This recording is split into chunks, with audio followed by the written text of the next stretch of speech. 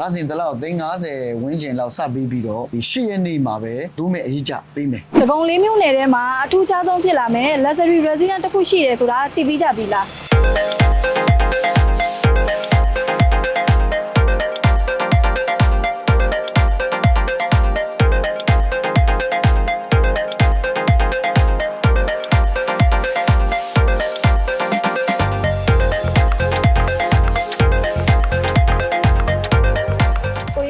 မင်္ဂလာပါညီမဟုတ်ညီမတော့ SPF property ကပါရှင်ဟုတ်ကဲ့ပါညီမလေးဒီ resident လေးကိုလာပြီးလေ့လာတာဆိုတော့အခုမေးခွန်းလေးလောက်ပြီးမယ်နော်ဟုတ်ကဲ့ပါဟုတ်ကဲ့ပါရှင်ဒီ resident ရဲ့ location နဲ့နာမည်လေးတစ်ချက်ပြောပြပေးပါအောင်ကို project နာမည်ကဒဂုံလမ်းမ resident လို့ခေါ်ပါတယ်ညီမနေရာကတော့ကျွန်တော်တို့ဒဂုံမျိုးနယ်ရဲ့အဓိကလမ်းမဖြစ်တယ်ကျွန်တော်ဘူဘူးဘတ်ထူးနဲ့ပင်လုံလမ်းဒေါင်းနားမှာရှိတယ်နော်ဆိုတော့စုပေါင်းဘေကဝင်းကျင်ရှိတဲ့ project တစ်ခုဖြစ်ပါတယ်အခုအဲ့ဒါဆိုလို့ရှိရင်ဒီ resident ရဲ့အားသာချက်လေးနဲ့မဖြစ်မနေဝယ်ယူတဲ့အကြောင်းလေးကိုလည်းချက်ပြောပြပေးပါအောင်ကိုဟုတ်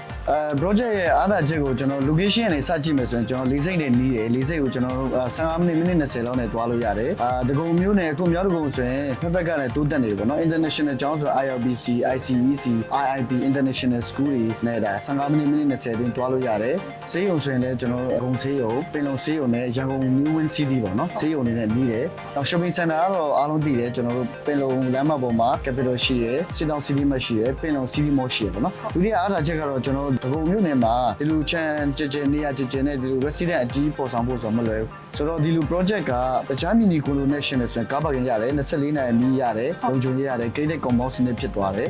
မဖြစ်မနေဝယ်ယူတဲ့အကြောင်းရင်းပြောရမယ်ဆိုတော့ကျွန်တော်ဒီ launching day ပေါ့နော် March လ10ရက်နေ့မှာ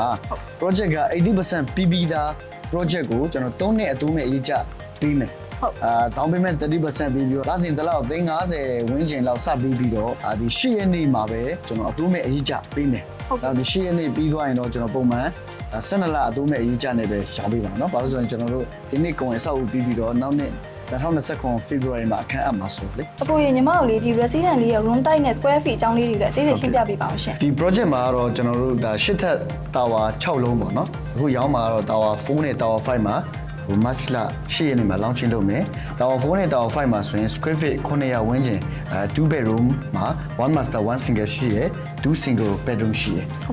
နောက်ပြီးတော့3 bedroom မိသားစုနဲ့ဝန်းနေချင်တယ်ဆိုရင် square feet 980ကျော်1000နီးပါးရှိတယ် one master 2 single ခန့်အမျိုးသားအနေနဲ့3မျိုးရှိရပြောရမှာပေါ့နော် one master one single 2 bedroom 2 single 2 bedroom နဲ့3 bedroom one master 2 single 3 bedroom ဆိုပြီးအမျိုးသား3မျိုးရှိမှာဖြစ်ပါတယ်ဒီအဆောက်အဦရဲ့ structure တွေကပေါ့နော်တခြားကွန်ဒိုတွေရဲ့ structure တွေထူးထူးခြားခြားသုံးထားတာကိုတွေ့ရတယ်ကိုအဲ့ဒါလေးလည်းအသေးစိတ်ရှင်းပြပေးပါအောင်ရှင်ဒီ project ထဲမှာတော့ပုံမှန်ကျွန်တော်တို့ဒီအလွာမြင့်အထက်20အထက်30မှာသုံးတဲ့ span by foundation ကိုကျွန်တော်သုံးထားရပါတော့ဆိုတော့မြေအောက်အနက်ကိုပြီး148ပေထိကျွန်တော် span by foundation structure အနေနဲ့လည်းဒါ frame shear wall structure ကိုသုံးထားတာဖြစ်တဲ့ကြောင့်ငလင်းတန်းကို 9.0 riches scale ခံနိုင်အောင်ကျွန်တော်တို့တိစောက်ထားပါတယ်ဟုတ်ကဲ့ပါရှင်ကိုဟုတ်ပြီးတော့လေကိုမြေပိုင်ဆိုင်မှုကချိုးကြပိုင်ဆိုင်မှုပဲလားမသိဘူးရှင်ဟုတ်ဟုတ်ပါတယ်ပုံမှန်ကျွန်တော်တို့ဒီမီနီကွန်ဒိုတို့တိုက်ခန်းတို့လိုမျိုးအပြောက်စနစ်ပိုင်ဆိုင်ရမှာမဟုတ်ဘူးပေါ့နော်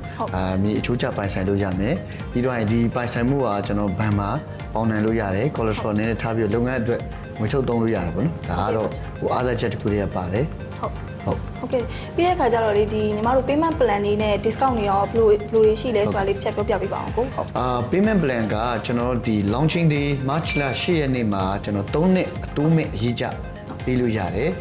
ပြီးတော့ရင်တော့ကျွန်တော် March launching ပွဲပြီးတော့ရင်တော့12လအတိုးမဲ့အရေးကြနဲ့ရောင်းချပေးမှာပေါ့နော်ဟုတ်နောက် discount တွေအနေနဲ့ကတော့ကျွန်တော်ပထမဆုံးဝယ်ယူတဲ့အယောက်30ကိုကျွန်တော်မိဆက်